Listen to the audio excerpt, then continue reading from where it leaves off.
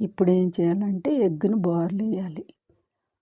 అది అలా పెట్టి చక్కగా ఎగ్గు మీద ఆ పిండిని పోసి ఇంకా దానిలోకి నిదానంగా వదలాలి. నూనెలోకి కాలే నూనెలో జాగ్రత్తగా వేయాలి. చేతులు కాలకుండా జాగ్రత్త పడండి. మీకు కొద్దిగా భయంగా ఉంటే స్పూన్తో వేయండి. అర్థమైందా ఫ్రెండ్స్?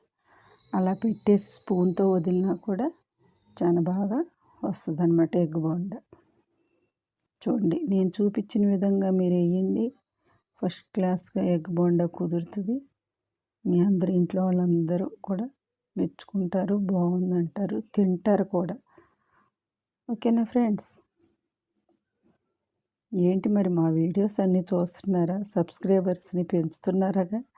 మీ అందరూ చాలా హెల్ప్ చేస్తున్నారు. అలాగే చేయండి.